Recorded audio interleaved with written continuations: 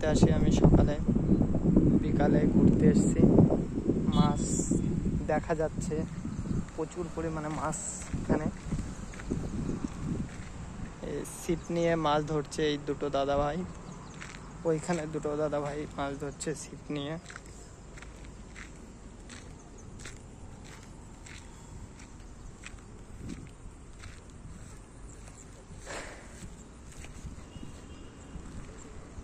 দেখুন মাছ দেখতে পারবে সবাই, এখানে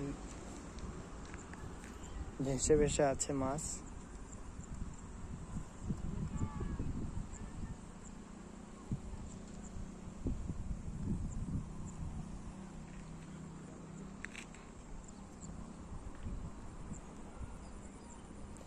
জল পুরো থলথল থলথল করছে,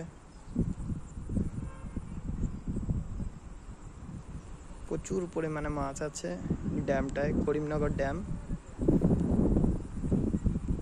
একটু আগে এই দাদা ভাই একটা বহুত বড় একটা মাছ পেয়েছে, তেলাপিয়া মাছ।